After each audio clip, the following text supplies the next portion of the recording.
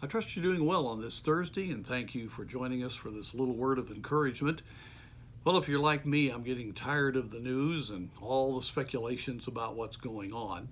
In fact, I'm finding myself getting more than just tired of it. I find myself reacting at times because there definitely is a battle of ideas going on.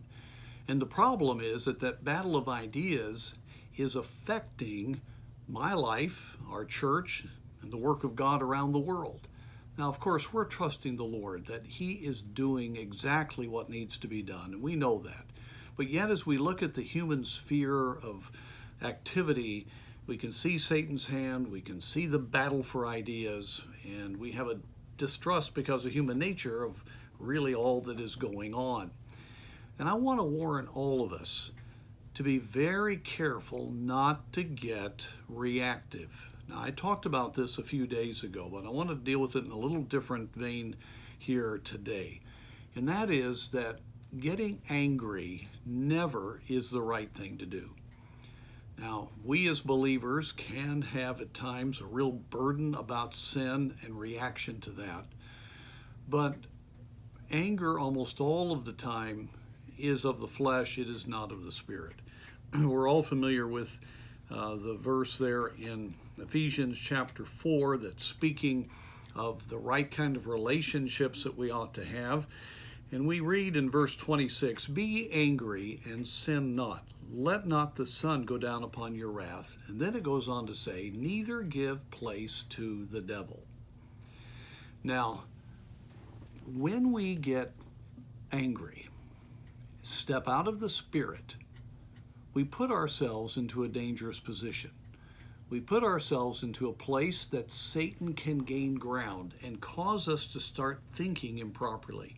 You know, Christians who walk in the flesh for an extended period of time can lose their firm belief in truth. They can get very schismatic type, heretical type ideas. They can go places in their thinking that they never would have thought they could go. They can justify sin. And that's why it's never right for us to step out of being spirit-filled, word-filled, and having the right kind of heart. But the problem is, when we give place to the devil by anger, we're allowing ourselves to be in that vulnerable position.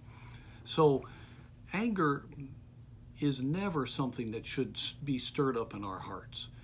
Now, getting back to what I'm mentioning, it is frustrating today. I have to admit it.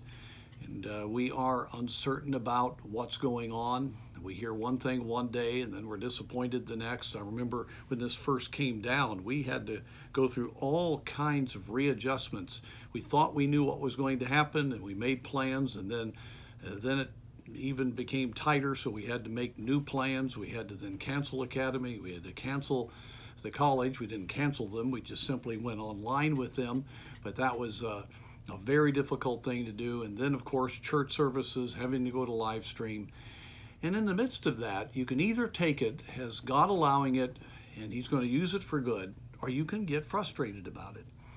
And so I want to warn you, as this begins to wear on us, as we begin to go day after day with uncertainties, with things that we're questioning, I really urge you, don't step out of being in the Spirit because you found yourself overly frustrated and not handling it properly, because you are going to put yourself right where Satan wants you, giving him ground, giving place to him. You don't want to do that. That's how Christians can get radical in some of their ideas, because they get so angry about things that are happening, for instance, in the government, that they are not having this balance of the Spirit and the wisdom of the Spirit. They are motivated by the flesh, and they can get into extreme thinking, and we don't want that to happen. We want to have the balance of biblical thinking in our life. Plus, we want the joy and the peace that comes from walking with God. That's what you want today.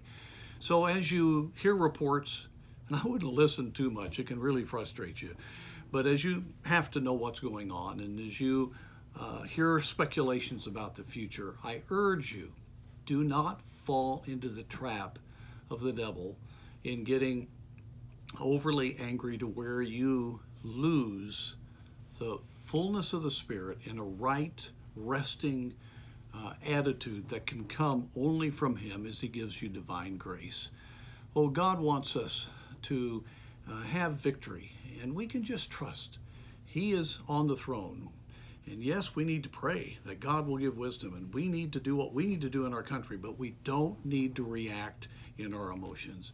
May God give us a genuine trust in the Lord and a constant resistance of the evil one by being in full submission to God and trusting Him alone.